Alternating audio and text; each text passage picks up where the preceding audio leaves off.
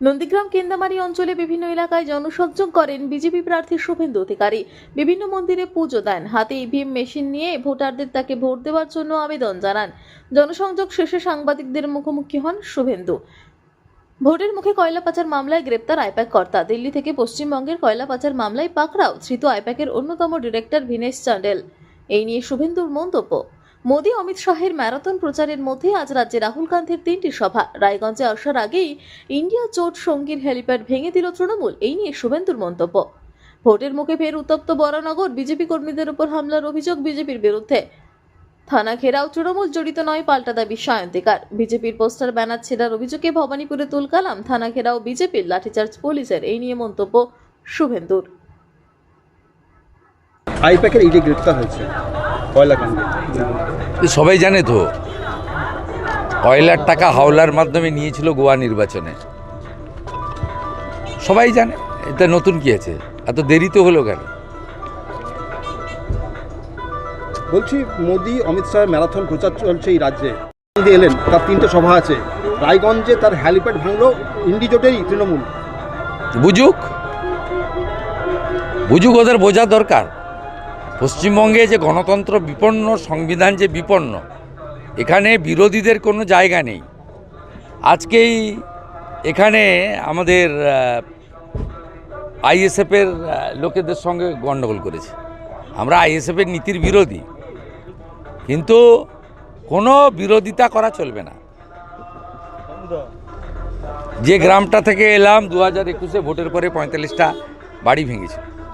এই গুন্ডামি বন্ধ হওয়া দরকার, গণতন্ত্র প্রতিষ্ঠিত হওয়া দরকার।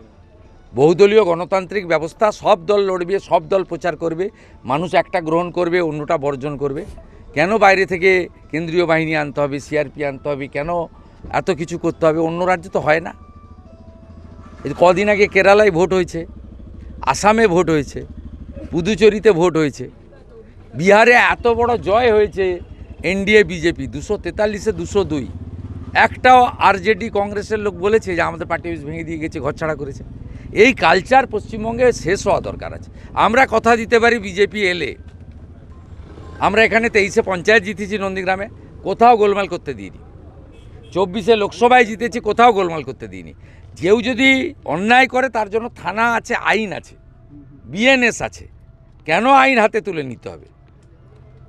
কারণ বাড়ির কোনো ব্যক্তি তার রাজনৈতিক কাজের জন্য দোষী হতে পারেন। বাড়িতে থাকা বয়স্ক মা বাবা, তার স্ত্রী, তার কন্যা, তার ছোট ছোট বাচ্চা, পুত্র কন্যা, তারা তো কোনো অপরাধ করেনি, সে যে দলেরই হোক, যে ধর্মেরই হোক।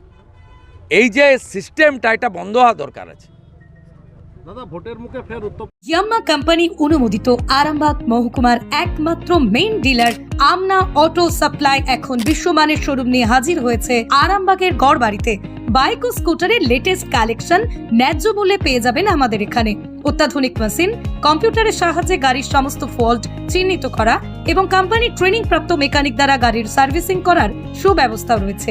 একই ছাদের তলায় রয়েছে ইয়াম্মা কোম্পানির অরিজিনাল স্পেয়ার পার্টস এর বিরাট কালেকশন। এখানেই শেষ নয়, ইয়াম্মা কোম্পানির unbreakable helmet, riding jackets, gloves, T শার্টেরও বিরাট কালেকশন রয়েছে। তাই বাইক মানি হলো জাপানি ইয়াম্মা, আর ইয়াম্মা মানি হলো আমনা অটো সাপ্লাই।